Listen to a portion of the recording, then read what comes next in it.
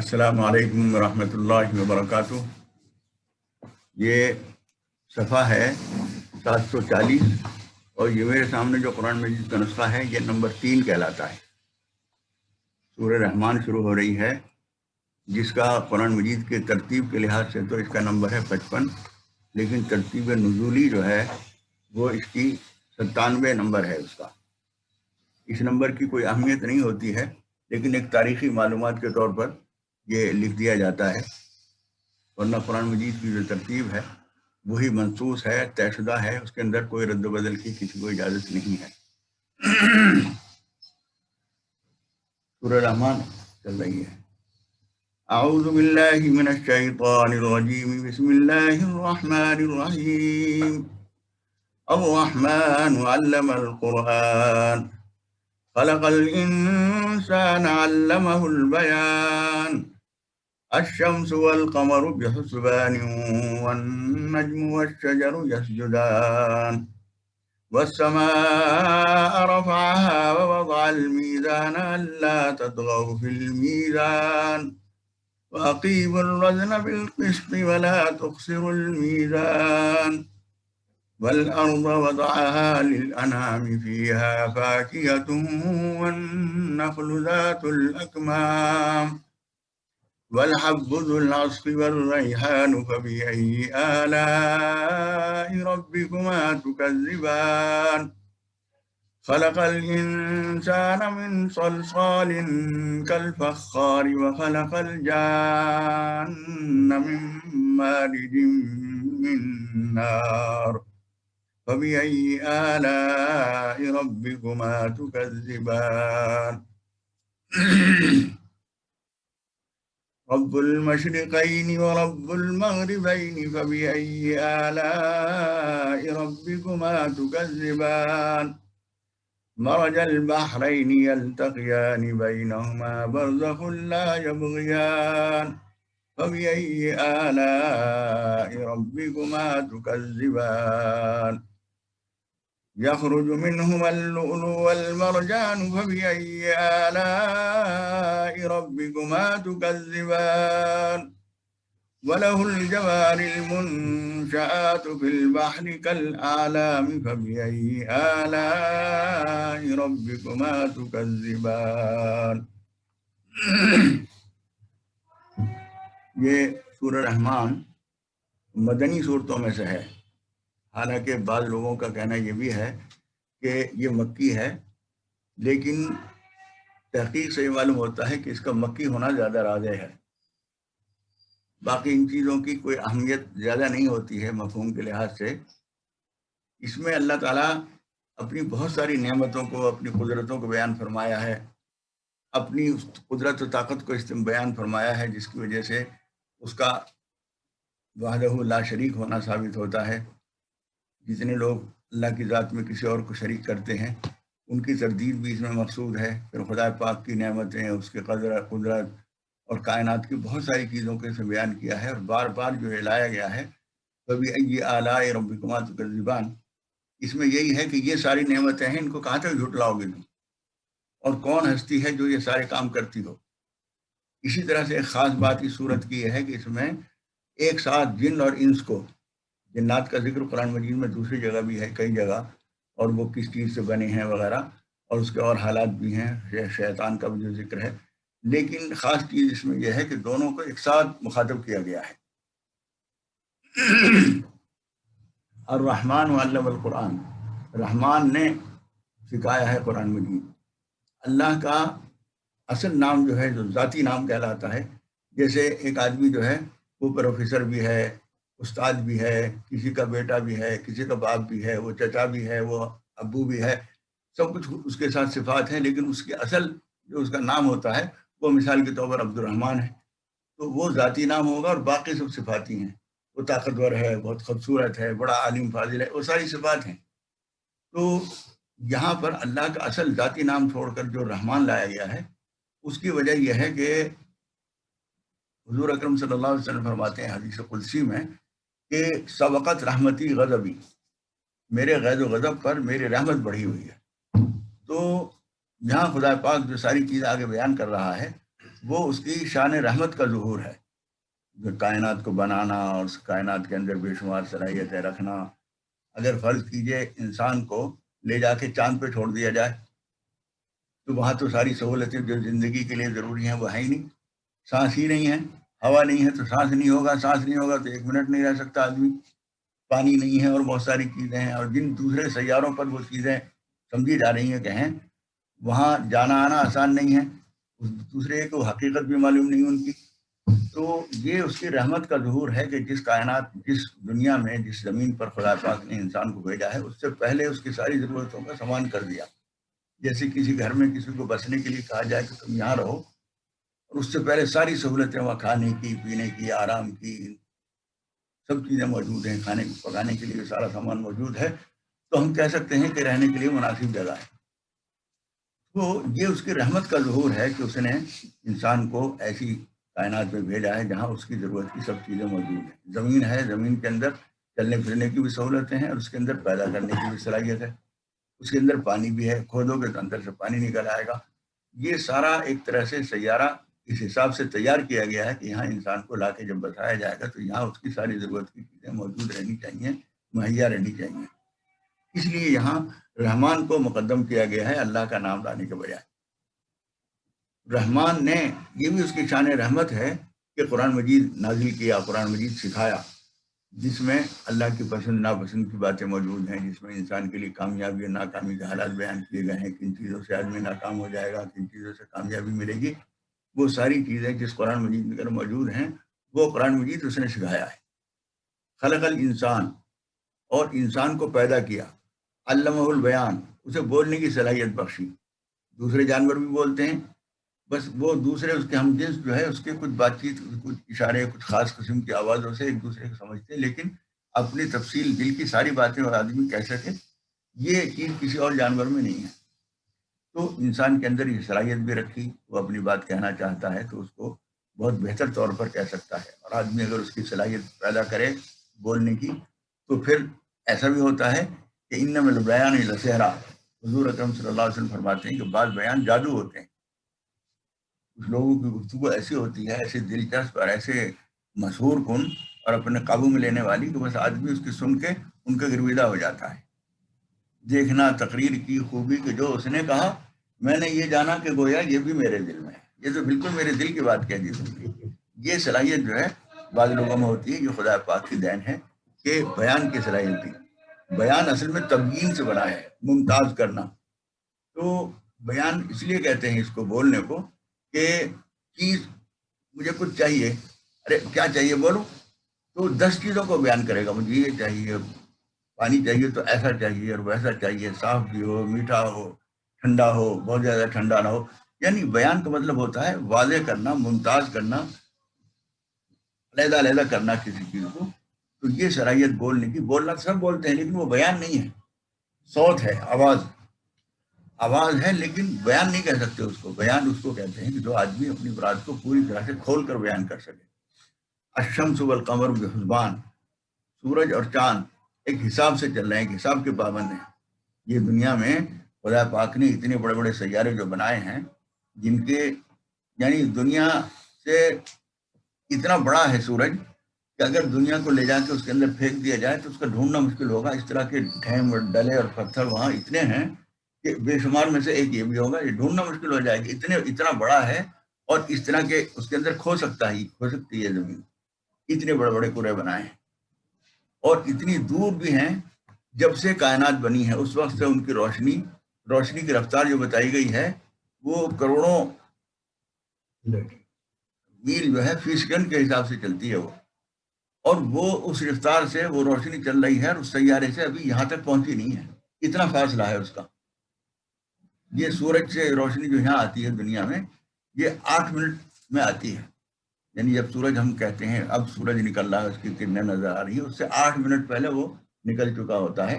اس کی روشنی کو ہمارے تک آنے میں 8 منٹ لگتے ہیں۔ تو یہ بھی خدا پاک کا ایک انتظام ہے کہ اگر سورج کو اور زمین کو اتنے فاصلے بنا رکھا ہوتا تو انسان جل جاتا ہے یہاں۔ یہ رکھا ہے، پھر اس کا اوزون کی ایک پرت چڑھائی ہے اس کے اوپر، جس سے فلٹر ہو کر یہ دھوپ ہمارے اوپر آتی ہے جو ہمیں جلا جھلسا نہیں دیتی۔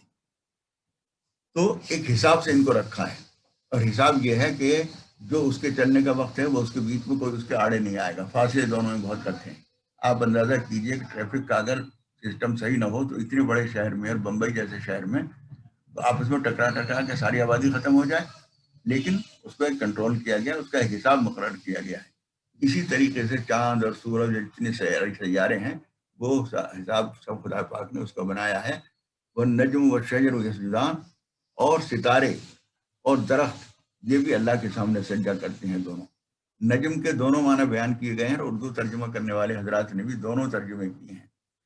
نجم کہتے ہیں اس پودے اور اس بیل کو جس میں تنے نہیں آتے، پودا نکلا اور بس اسی میں پتے وتے آ گئے اور اس میں جو کچھ آنا ہے وہ آ جائے گا، اس میں تنے نہیں ہوتے نیم کے اور دوسرے درختوں کی طرح سے، اس کو کہتے ہیں نجم۔ اور شجر کہتے ہیں ایسے جیسے نیم ہے، جیسے امرود کا پیڑ ہے، اور ہیں جن میں تنے بھی نکلتے ہیں۔ اور نجم کے زیادہ مشہور معنی جو ہیں وہ ستارے کے ہیں، تو چاہے ستارہ مانا جائے یا وہ مانی جائے پودے، وہ سب اللہ کے سامنے سجدہ کرتے ہیں۔ سجدے کا مطلب جو ہے یہ نہیں ہے کہ وہ اس طرح سے ہماری طرح سے سر جھکا کر سجدہ کریں، حالانکہ ایک صحابی بیان کرتے ہیں کہ میں نے سورہ صاد پڑھی تو حضور اکرم صلی اللہ علیہ وسلم کے سامنے انہوں نے بیان کیا کہ اللہ کے رسول میں سورہ صاد پڑھ رہا تھا، اس میں جو سجدے کی آیت آئی تو میں نے دیکھا کہ درخت بھی اور پہاڑ بھی اور ساری چیزیں جو ہیں سجدہ کر رہی ہیں، ایک دوسری کیفیت میں ایسا نظر آیا ان کو۔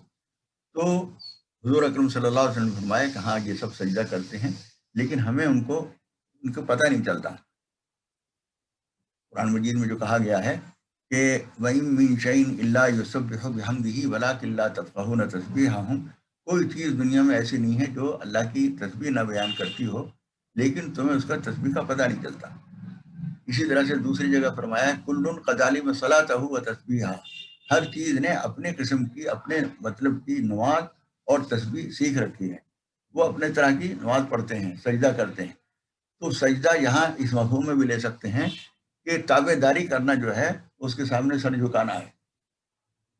تو یہ بھی چیزیں اللہ کے سامنے سجدہ کرتی ہیں، یعنی جو ان کو بتا رکھا ہے وہ کرتی ہیں، اس سے سرتابی نہیں کرتی۔ زمین کو قدرت نے حکم دے رکھا ہے، تم اس کے اندر دانہ ڈالتے ہو، وہ دانہ ایک خاص وقت تک اس کے اندر متاثر ہو کر اور پھر زمین اس کو پوپل بنا کے باہر نکال دے گی۔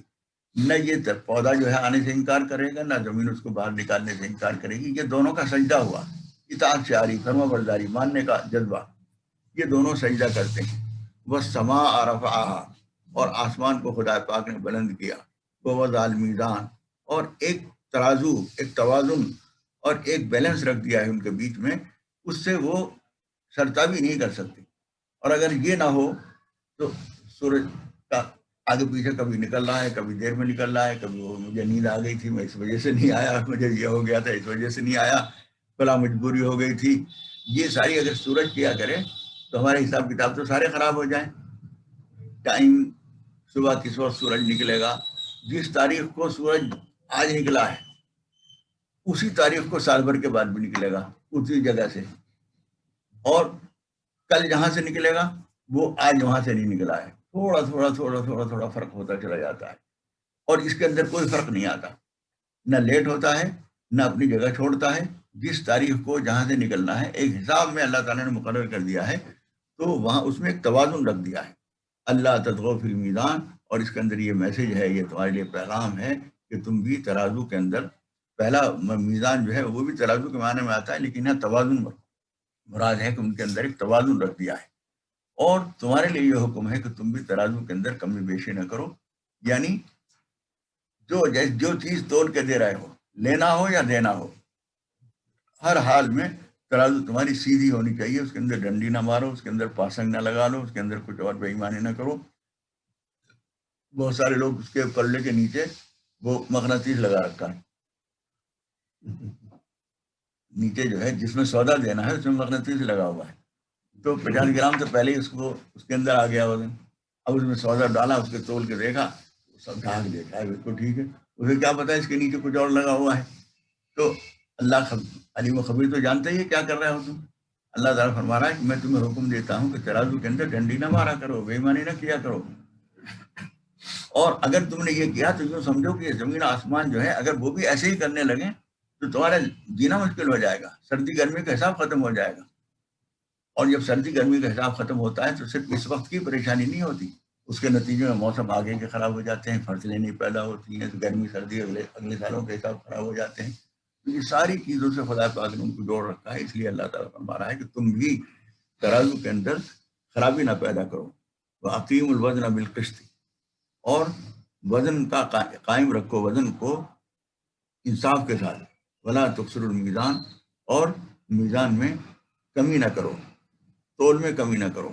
وَالْأَرْضَ وَضَعَهَا لِلْأَنَامِ، اور اللہ تعالیٰ نے زمین کو رکھا ہے، اوپر آسمان کا ذکر آ گیا، اللہ تعالیٰ نے زمین کو رکھا ہے مخلوقات کے لیے. انعام سے مراد جو ہے صرف انسان ہی مراد نہیں ہے، بلکہ تمام جن، انس، جانور، سب چیزوں کے لیے زمین رکھی گئی ہے. زمین کی سے سب کی ضرورتیں پوری ہوتی ہیں، جو غلے پیدا ہوتے ہیں اس سے سب کی ضرورتیں پوری ہوتی ہیں، رہنے سہنے کی ضرورتیں پوری ہوتی ہیں. انعام میں انسان بھی شامل ہے یا جانور ہی؟ انعام میں انسان تو مقدم ہے سب سے پہلے، باقی ساری مخلوقات. اچھا، جاندار. ہاں، تمام جاندار. فیہا فاکہۃ والنخل ذات الاکمام، اور اس کے اندر، اس زمین کے اندر پھل ہیں، میوہ جات ہیں، اور کھجوریں ہیں، ذات الاکمام، کوشوں کے اندر. خدا پاک نے جس طرح سے پیکنگ ہوتی ہے بہت اچھی کسی چیز کی، کوئی آدمی، کوئی معقول کمپنی جو ہے اپنی چیزیں ایسے کھلے ہوئے نہیں بیچتے. ایک تو پاپے اور بسکٹ والے ایسے ہی اس میں رکھا ہوا ہے، تو بیچنے سے وہ دھول بھی پڑ رہی ہے، مٹی بھی پڑ رہی ہے. لیکن جو باقاعدہ کمپنیاں ہیں وہ پیک کر کے بھیجتی ہیں. تو خدا پاک بھی زیادہ تر چیزوں کو پیکنگ الگ الگ قسم کی ہے. کیلے کی پیکنگ الگ طرح کی ہے، سیب کی الگ طرح کی ہے، دوسری چیزوں کی الگ طرح کی ہے. اور بعض ایسی پیکنگ ہے کہ انسان کو خدا پاک نے عقل دے رکھی ہے، ورنہ بادام کے اندر گیلی ہے اس کا تو پتہ ہی نہیں چلے گا، جانور کو کیا پتہ اس میں کیا ہے. اور بندر کو تھوڑی سی عقل دی ہے تو وہ یہ کرتا ہے کہ کسی سخت جگہ پہ پتھر پہ جا کے اخروٹ کو مارتا ہے زور سے، وہ ٹوٹ کر کچھ نہ کچھ نکل آتا ہے، بادام میں سے نہیں نکل سکتا. اور بادام کو بھی آپ دیکھیں گے تو ایک چھلکا تو اس کے اوپر وہ ہوتا ہے بہت سخت، جو ہے جو پتھر سے توڑے بغیر نہیں نکلے گا. اس کے بعد ایک نیچے چھلکا ہوتا ہے کتھئی رنگ کا، اس کے بعد بھی ایک چھلکا ہوتا ہے. آپ جب اسے چھیلیں گے تو اس کو پتہ چلے گا ایک باریک سی جلی، ٹرانسپیرنٹ جلی جو ہے وہ بھی اس کے نیچے ہوتی ہے. اس کے بعد خدا پاک نے اس کو رکھا ہے. یہ ساری پیکنگ خدا پاک نے، اور ہر ایک کی پیکنگ الگ ہے. اور جس پھل کی جو پیکنگ ہے اس کے اندر بھی کچھ تاثیر ہے. مولی کا جو وہ ہے پتا، اس کو ہضم کرنے میں کام دیتا ہے. چنا ہو، دوسری چیزیں، ہر ایک کے ساتھ اس کا کچھ تعلق ہے، اس کی افادیت ہے. چنے کے ساتھ، اس کے چھلکے کے ساتھ کھاؤ گے تو زیادہ مفید ہوتا ہے. تو یہ جو خدا پاک نے یہ سب چیزیں رکھی ہیں، تو اللہ تعالیٰ فرما رہا ہے ان چیزوں کو ہم نے غلافوں کے اندر پیک کیا ہے. والحب ذو العصف والریحان، اور دانہ ہم نے پیدا کیا ہے جس کے اندر بھوسا بھی ہے اور دانہ بھی ہے. یعنی گیہوں کا دانہ ہے، اس کے اوپر جو بھوسا ہے وہ جانوروں کے کام آتا ہے، دانہ انسانوں کے کام آتا ہے. ریحان کا ترجمہ یہ بھی کیا گیا ہے، اور ریحان جو ہے وہ پھولوں کو بھی کہتے ہیں. یعنی غلے بھی پیدا کیے ہیں اور پھول بھی پیدا کیے ہیں جن کے اندر خوشبو ہے، رنگت ہے، جو ہمارے لیے زیبائش کا اور خوبصورتی کا ذریعہ ہے. فَبِأَيِّ آلَاءِ رَبِّكُمَا تُكَذِّبَانِ، تو تم دونوں کے، یعنی اے جن اور اے انسان، تم اپنے رب کی کون کون سی نعمتوں کو جھٹلاؤ گے. اتنی ساری نعمتیں ہیں، کہاں تک اس کو منع کرو گے. اور پھر اور نعمتوں کی فہرست آپ آگے بڑھائیں گے تو قرآن مجید کہتا ہے کہ وَإِن تَعُدُّوا نِعْمَتَ اللَّهِ لَا تُحْصُوهَا، اگر تم گننا چاہو اللہ کی نعمتوں کو تو گن نہیں سکتے، اتنی نعمتیں ہیں. یعنی آدمی ان ساری نعمتوں کو کھا لیتا ہے تو منہ میں لانے کے بعد منہ کے اندر ایک چھوٹی سی چکی فٹ کی ہے. اگر وہ نہ ہوتی تو بادام کس کام کا تھا آپ کے؟ اسے کس طرح سے پیستے، گھوٹتے، کیا کیا کرتے، پھر اس کے بعد گلے میں اتارتے. اب تم نے اسے توڑا، چنے لیے بازار سے اور چبا لیے، چکی نے پیس کے آٹا سا بنا دیا. اور ایک اور غور سے آپ دیکھیں گے تو بقدر ضرورت لعاب پیدا ہوتا رہتا ہے.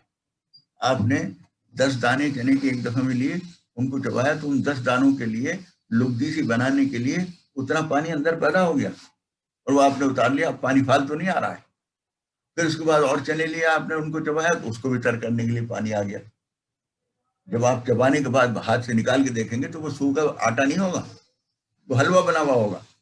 یہ اتنا پانی خود بخود آ جاتا ہے، اور جب تم اندر اتار لیتے ہو پھر آتے نہیں رہتا پانی. وہ ایسا نہیں کہ وہ چشمہ چل پڑا ہے تو وہ پانی آتا ہی رہے گا اور تھوکنا پڑے گا. یہ کتنی باریکی سے ہر چیز کو رکھا ہے. حلق میں اتر جاتا ہے، پھر اس کے بعد اور لے لیتا ہے اور کھا لیتا ہے. آپ بہت سارے چنے بھی کھائیں گے تو کوئی سب یہ نہیں ہوگا کہ وہ پانی اب نہیں آیا، وہ بالکل سو کے رہ گیا، اب کیسے اتارے اسے. یہ قدرت کا انتظام ہے. Fully automatic, fully automatic machine. جی ہاں. والحب ذو العصف والریحان فبأي آلاء ربكما تكذبان. اپنے رب کی کس کس نعمتوں کو تم دونوں جھٹلاؤ گے. یہاں دونوں جگہ، ہر جگہ جو ہے تکذبان، جھٹلاؤ گے تم دونوں. اپنے کون کون سی نعمتوں کو تم دونوں جھٹلاؤ گے. خلق الانسان من صلصال کالفخار. انسان کو پیدا کیا کھنکھناتی ہوئی مٹی سے. مٹی سے جو انسان کو پیدا کیا ہے، تو مٹی کے بہت سارے درجات ہیں. ایک تو ہے تراب کہتے ہیں اس کو، وہ خاک، یعنی وہ مٹی جو سخت نہیں ہے، ریت جیسی. ریت نہیں ہے، ریت تو بندھے گا نہیں. وہ مٹی جیسے سوکھی مٹی کو پیس دیا جائے تو وہ ریت جیسا ہو جائے گی، وہ تراب ہے. قرآن مجید میں یہ بھی کہا گیا ہے کہ ہم نے انسان کو تراب سے پیدا کیا. پھر تراب کے جو پانی ملا دیا جائے اور وہ لگدی سی بن جائے، اسے تین کہتے ہیں. گارا، اور پتلا ہو جائے تو گارا. تین جو ہے وہ پانی اور مٹی ملی ہوئی کو تین کہتے ہیں. پھر اس کو کچھ دیر چھوڑ دیا جاتا ہے. یہ جو برتن بنانے والے ہوتے ہیں، یہ لوگ پانی میں ملانے کے بعد کئی دن اسے پڑے رہنے دیتے ہیں. تو وہ پانی میں بھیگے بھیگے وہ سڑنے لگتی ہے، اس کے اندر کبھی کبھی بدبو بھی آنے لگتی ہے. وہ زیادہ صحیح تیار ہو جاتی ہے. اس سے برتن بنتے ہیں تو زیادہ اچھے بنتے ہیں. اس کے اندر دھول، وہ کنکری نہیں ہونی چاہیے. تو کہیں قرآن مجید میں تین کا، خلق الانسان من طین، جیسے یہاں جو پیدا کیا گیا، یہاں بیان کیا گیا ہے، وہاں تین نہیں کہا گیا، یہاں صلصال کہا گیا ہے. اس سے اگلا مرحلہ ہوتا ہے کہ وہ بالکل لیسدار ہو جاتی ہے. جب پانی میں بھیگے ہوئے کچھ وقت گزر جاتا ہے تو مٹی کے اندر لیس پیدا ہوتا ہے. پھر اس کے بعد وہ کھنکھناتی مٹی ہو جاتی ہے. تو یہ کہیں تو تراب بالکل شروع حالت کا ذکر کیا گیا ہے، کہیں تین کا ذکر کیا گیا ہے، کہیں صلصال کا ذکر کیا گیا ہے. یہ سارے مراحل ہیں. اور کہیں نطفے کا ذکر کیا گیا ہے. اس سے آگے چل کے پھر وہ نطفے کے مرحلے میں آتا ہے. پھر وہ 18ویں پارے میں قرآن مجید میں اللہ تعالیٰ نے فرمایا ہے کہ ہم نے نطفے سے گوشت کا لوتھڑا بنایا، پھر اس کے اندر اس کے اوپر ہڈیاں پیدا کی، پھر اس کے اوپر کھال چڑھائی. ثم انشأناه خلقا آخر. پھر ہم نے ایک الگ تخلیق کی. الگ تخلیق کیا ہے؟ اس کے اندر روح ہوگی. اب وہ حرکت میں آنے لگا. خواتین کے پیٹ میں جب جنین ہوتا ہے، بچہ ہوتا ہے، جب اس کے اندر روح پڑتی ہے تو وہ محسوس کرتی ہیں کہ اس کے اندر حرکت ہو رہی ہے، اور وہ چلنا پھرنا شروع کرتا ہے، دائیں بائیں ہونے لگتا ہے، ادھر ادھر ہونے لگتا ہے. وہ ایک خلقاً آخر ہو جاتا ہے، وہ دوسری تخلیق ہے. اب تک اس کو بنایا جا رہا ہے تو اس کے اندر جسم تیار کیا جا رہا ہے. جب وہ جسم کی شکلیں سب مکمل ہو جاتی ہیں، پھر اس کے بعد خدا پاک ثم انشأناه خلقا آخر، پھر ہم اس کے اندر ایک الگ تخلیق کرتے ہیں. تبارک اللہ احسن الخالقین. تو بہت پاک ہے وہ ذات جو بہترین پیدا کرنے والا ہے. لیکن یہ تو انسان کی پیدائش ہوئی، اور شیطان جو پیدا کیا گیا ہے یا جنات جو پیدا کیے گئے ہیں، شیطان انہی میں سے ایک شخصیت کا الگ کا نام ہے. وہ ہے ایک قسم. جیسے انسانوں میں فرعون، شیطان، خبیث، بہت سارے لوگ ہیں. شیطان تو ہم ویسے بول رہے ہیں ان کی عادتوں کی وجہ سے، لیکن شیطانوں میں جیسے انسانوں میں اچھے برے سب ہوتے ہیں، ایسے ہی جنات میں بھی اچھے برے سب ہوتے ہیں. انہی کا سب سے بگڑا ہوا وجود جو ہے وہ شیطان ہے. اللہ تعالیٰ اس کے شر سے ہمیں بچائے. تو اس کو، جنات کو پیدا کیا ہے آگ کی لپٹ سے. نار تو آگ، لپٹ اٹھتی ہوئی آگ جو اس کی لپٹ ہوتی ہے، اس سے جنات کو پیدا کیا گیا ہے. فبأي آلاء ربكما تكذبان. تو پھر تم اللہ کی کون کون سی اپنے رب کی نعمتوں کو جھٹلاؤ گے. رب المشرقین و رب المغربین. یہ سورت ایک مرتبہ حضور اکرم صلی اللہ علیہ وسلم نماز میں پڑھ رہے تھے کسی جگہ، تو کچھ جنات گزرتے ہوئے وہاں سے آئے، تو ان کو پتہ چلا کہ یہ اللہ کا کلام ہے. اور پھر اس کے بعد جا کے انہوں نے اپنے دوسری جنات کو بتایا. پھر اس کے بعد کی صورتیں جو ہیں ان میں ذکر آیا ہے. 26ویں پارے کے شروع میں ذکر ہے، سورہ احقاف میں، اور دوسری آیتوں میں ذکر ہے کہ انہوں نے کہا کہ ایک قرآن مجید نازل ہوا ہے. اور پھر حضور اکرم صلی اللہ علیہ وسلم بعد مواقع پر ان سے بات بھی کی ہے، اور وہ جنات آئے ہیں، حضور اکرم صلی اللہ علیہ وسلم سے بیعت بھی ہوئے ہیں. بہت سارے لوگ جو ہیں، حدیث کی کتابوں میں بھی ان کا ذکر کیا گیا ہے. علامہ جلال الدین سیوطی نے اور بعض دوسرے بزرگوں نے مستقل کتابیں لکھی ہیں جو جنات کے حالات پر ہیں. ابن حجر اسقلانی بہت مشہور نام ہے، ان کی ایک کتاب ہے الاصابہ، جس میں صحابہ کرام کے حالات ہیں. اس میں چند لوگ ضمن جنات صحابہ کا بھی ذکر آ گیا ہے. رب المشرقین و رب المغربین، اللہ تعالیٰ فرماتا ہے کہ دونوں مشرقوں کا اور دونوں مغربوں کا رب ہے وہ. دونوں مشرق کیا؟ سردی گرمی کے مشرق کہہ سکتے ہیں. مشرق جہاں سے سورج نکلتا ہے، تو گرمی میں کہیں اور سے نکلتا ہے، سردی میں کہیں اور سے نکلتا ہے، یہ بھی الگ ہے. دوسری جگہ قرآن مجید رب المشارق والمغارب آیا ہے. بہت ساری مشرقیں، بہت ساری مغربیں. وہ اگر حقیقت کے لحاظ سے دیکھیں تو بہت ساری جو ہیں اس طرح سے ہیں کہ ہر تاریخ کا مشرق الگ ہے، ہر تاریخ کا مغرب الگ ہے. تو تمام مشرق جہاں جہاں سے بھی سورج نکل رہا ہے سب اسی کے بلائے سے، اسی کے اٹھائے سے اٹھ رہا ہے، اسی کے ڈبو سے ڈوب رہا ہے. کبھی آئیے اعلیٰ ربکما تکذبان، تو اللہ کی کون کون سے نعمتوں کو، یعنی کون کون سے قدرتوں کو تم جھٹلاؤ گے. مرج البحرین یلتقیان، چلایا دونوں سمندروں کو. بحرین سے مراد جو ہے یہ دو سمندر الگ الگ کے نہیں ہیں، ایک ہی پانی میں دو طرح کا پانی بہ رہا ہے. دونوں میں رنگت میں کوئی فرق نہیں، کوئی رکاوٹ بیچ میں نہیں ہے. دوسری جگہ قرآن مجید میں اللہ تعالیٰ نے فرمایا ہے کہ بینہما برزخ لا یبغیان، یہاں بھی ہے، اور دوسری جگہ بھی اللہ تعالیٰ نے فرمایا ہے کہ دونوں کے درمیان ایک وجعل بین البحرین حاجزا، دونوں سمندروں یعنی دونوں دھاروں کے بیچ میں ایک پردہ ہے. یہاں سے چلو بھرو کے پیو گے تو بالکل میٹھا، یہاں سے چلو بھر کے پیو گے تو بالکل منہ کڑوا ہو جائے گا. ایک ساتھ بہ رہا ہے، نہ اس میں یہ مل جاتا ہے نہ اس میں یہ مل جاتا ہے. ایک حد فاصل خدا پاک نے لگا دی ہے، اسے ٹٹولو گے تو پتہ نہیں چلے گا کچھ بھی. لیکن اور یوں کر کے جب ہم نے گڑبڑ کر دیا تھوڑی دیر پھر اسی طرح سے چلنا شروع ہو جائے گا. جو ان سب اچھا پانی ہے، میٹھا ہے، وہ میٹھے کے ساتھ ہو جائے گا، جو کڑوا ہے وہ کڑوے کے ساتھ چلتا رہے گا. یہ خدا پاک کی کاریگری ہے. یہ تو ہمارے ملک میں موجود ہے. ہاں بہت سی جگہ ہے. کنیا کماری میں یہ دو نہیں تین اللہ کے جو یہ وصف ہیں وہ تین کا نظارہ ہم اور آپ دیکھ سکتے ہیں. یہ اس طرح سے کنیا کماری کارنر آتا ہے کہ بنگال کی کھڑی، اس کا رنگ الگ ہے. اس کے بعد نیچے اس کا رنگ بالکل الگ ہے. پھر عرب ساگر ادھر کی طرف جی ہاں، اس کا بھی رنگ، تین رنگ ہے وہاں پہ الحمدللہ. یہ رنگت بھی ذائقہ بھی ہاں جو خدا پاک نے سب کو فرمانا ہے. مرج البحرین یلتقیان بینہما برزخ لا یبغیان، مل رہے ہیں وہ لیکن ان میں ایک حجاب ہے، ایک پردہ ہے. لا یبغیان، اپنی سرحد کو پار نہیں کر سکتا. کوئی پانی ادھر نہیں آئے گا، ادھر کا پانی ادھر نہیں چلا جائے گا. فبأي آلاء ربكما تكذبان، اللہ کی کون کون سی نعمتوں کو، کون کون سی قدرتوں کو جھٹلاؤ گے. یعنی یہاں یہ جو آیتیں آ رہی ہیں، تو یہ اعلیٰ والی جو آیت ہے، یہ جب حضور اکرم صلی اللہ علیہ وسلم پڑھ رہے تھے اور صحابہ کرام خاموش سن رہے تھے، تو حضور اکرم صلی اللہ علیہ وسلم فرمایا کہ جنات اس طرح سے نہیں سن رہے تھے اس صورت کو. جب میں پڑھ رہا تھا تو وہ ہر تکذبان کے بعد کہتے تھے لا بشیء من نعمک ربنا نکذب فلک الحمد، اے پروردگار کسی تیری نعمت کو ہم نہیں جھٹلائیں گے، تمام تعریفیں تیرے لیے ہیں. اس لیے یہ کہنا چاہیے، ایک ایک مرتبہ کہہ لیجیے لا بشیء من نعمک، من نعمک ربنا نکذب فلک الحمد. اس کے بعد سے صحابہ کرام بھی یہ کہنے لگے تھے، لیکن یہ سن کر جنات نے سب سے پہلے یہ الفاظ کہے تھے. اور حضور اکرم صلی اللہ علیہ وسلم نے سنے کہ یہ ادب ہے کسی گفتگو کا. جیسے قرآن مجید میں کہیں کہیں آتا ہے الیس ذالک بقادر، سورہ قیامہ کے اخیر میں ہے الیس ذالک بقادر علی ان یحیی الموتى، کیا اللہ تعالیٰ اس بات پر قادر نہیں ہے کہ مردوں کو زندہ کرے؟ تو ہم چپ چاپ نہ بیٹھے رہیں. ہمیں کہنا چاہیے کیوں نہیں، یعنی آپ قادر ہیں. الیس اللہ باحکم الحاکمین، کیا اللہ تعالیٰ احکم الحاکمین نہیں ہے؟ تو ہم چپ نہ بیٹھے رہیں، ہم کہیں یقیناً ہے، کیوں نہیں. بلا کا ترجمہ ہاں نہیں ہے، بلا کا ترجمہ ہے کیوں نہیں.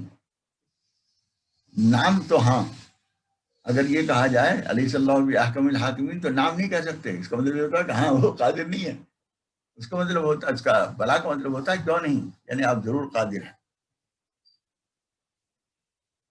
بینہما برزخ لا یبغیان، ان دونوں کے درمیان ایک فاصلہ ہے جس کو وہ اس کو بغاوت نہیں کر سکتے، اس سے ہٹ نہیں سکتے، اپنی جگہ نہیں چھوڑ سکتے. فبأي آلاء ربكما تكذبان یخرج منهما اللؤلؤ والمرجان. اس پانی سے بعض لوگوں نے یہ بحث پیدا کی ہے کہ فلاں قسم کے پانی میں موتی پیدا ہوتا ہے، فلاں قسم میں نہیں ہوتا ہے. لیکن صحیح بات یہ ہے کہ دونوں کا مجموعہ ہے. جس دریا سے اور جس سمندر سے موتی اور مونگے اور سب چیزیں پیدا ہوتی ہیں وہ دونوں کا مجموعہ ہے، اس کے اندر سے پیدا ہوتا ہے موتی بھی اور مرجان مونگا، وہ بھی قیمتی پتھر ہوتا ہے، موتی بھی قیمتی پتھر ہوتا ہے۔ پھر بھی یہ اعلیٰ تکذبان، تو تم اللہ کی کون کون سے نعمتوں کو جھٹلاؤ گے۔ بلہ الجوار المنشآت فی البحر کالأعلام، اور اسی کی ملکیت ہیں وہ تمام کشتیاں جو چل رہی ہیں پانی کے اندر، پہاڑوں کی طرح سے، جھنڈوں کی طرح سے اونچی اونچی نظر آ رہی ہیں پانی کے اوپر۔ کون سی چیز ٹھہرائے ہوئے ہیں؟ قدرت کا قانون ہی ٹھہرائے ہوئے ہے۔ پتھر ڈوب جاتا ہے، لوہا ڈوب جاتا ہے، لکڑی تیر جاتی ہے، یہ سبت اسی نے رکھی ہے۔ تو یہ پانی کے اندر وہ سب چیزیں نظر آ رہی ہیں، اور یہ جھنڈوں کی طرح سے اور پہاڑوں کی طرح سے وہ نظر آ رہی ہیں۔ یہ اللہ کی نعمت ہے، اور اس کے نتیجے میں بہت کم خرچ میں ہم اپنا سامان یہاں سے وہاں لے جاتے ہیں کشتی کے اندر لاد کے۔ ویسے اگر جانوروں کے اوپر لے کے جائیں تو کتنا خرچہ دینا پڑے گا، گھوڑوں کا، بیل گاڑی کا، اور کسی چیز کا یا موٹر گاڑیوں کا، لیکن پانی کے اندر بہت کم خرچ میں پھینک کے لے کے چلے جاؤ۔ اور اب سے پہلے کے دور میں اب تو خیر مشینوں سے چلتی ہیں کشتیاں بھی، ورنہ اس سے پہلے تو ہوا اس کو لے کے جا رہی ہے، پانی اس کو لے کے جا رہا ہے، کچھ خرچہ ہی نہیں، بس گاڑی آپ نے بنا لی اور بعد بانی کشتی وہ لے کے جا رہی ہے۔ تو یہ اعلیٰ ربکما تکذبان، تو تم اللہ کی کون کون سی نعمتوں کو جھٹلاؤ گے۔ لا بشیء من نعمک ربنا نکذب فلک الحمد، اللہ کی نعمتوں کو یاد کرنا چاہیے اور پھر اس کا شکر بھی کرنا چاہیے کہ پروردگار تیرا شکر ہے کہ تو نے تمام نعمتیں ہمیں دی ہیں۔ ہم دنیا میں جب پیدا ہوئے ہیں تو اس سے پہلے سارا انتظام موجود تھا۔ تمہیں ہوا کی ضرورت ہے تو ہوا موجود ہے، پانی کی ضرورت ہے تو پانی پہلے سے موجود ہے، غلہ پہلے سے موجود نہیں ہے لیکن زمین کے اندر یہ صلاحیت رکھی ہے، پہلے کا غلہ لے کے تم بیج کے طور پر اس میں ڈالو، زمین اسے گلا کے ختم نہیں کر دے گی، ایک دانے کے 100 دانے کر کے تمہیں دے دے گی، کھاؤ پیو۔ سبحان اللہ وبحمدہ، سبحانک اللہم وبحمدک، نشہد ان لا الہ الا انت، نستغفرک ونتوب الیک، ربنا اغفر لنا وإسرافنا في أمرنا وثبت أقدامنا وانصرنا على القوم الكافرين. اللهم إنا نسألك الهدى والتقى والعفاف والغنى. اللهم إنا نسألك علما نافعا وعملا متقبلا ورزقا واسعا حلالا طيبا وشفاء من كل داء. اللهم اقض حاجاتنا واستر عوراتنا وكلنا معينا وظهيرا. الہ العالمین ہر طرح کی عافیت و سلامتی نصیب فرما۔ الہ العالمین ہر دکھ بیماری سے ہماری حفاظت فرما، جو بیمار ہیں ان کو شفا عطا فرما دے، جو مقروض ہیں ان کے قرضے ادا کرا دے، جن کے کاروبار فیل ہو گئے ہیں پروردگار ان کو حلالت طیب کاروبار نصیب فرما۔ پروردگار جس کی کوئی اور حاجت ہے اور تمنا ہے، ساری جائز تمنا ہے مرادیں اپنے کرم سے پوری فرما دے۔ الہ العالمین اس کورونا کی آفت کو پوری طرح سے ختم فرما دے، ہر طرح کی آفت و سلامتی نصیب فرما۔ جتنے لوگوں نے ہم سے دعاؤں کے لیے کہا ہے ان کو مقاصد خیر میں کامیابی عطا فرما، آمین یا رب العالمین۔ وصلی اللہ تعالی علی خیر خلقہ سیدنا محمد وآلہ وصحبہ اجمعین برحمتک یا ارحم الراحمین۔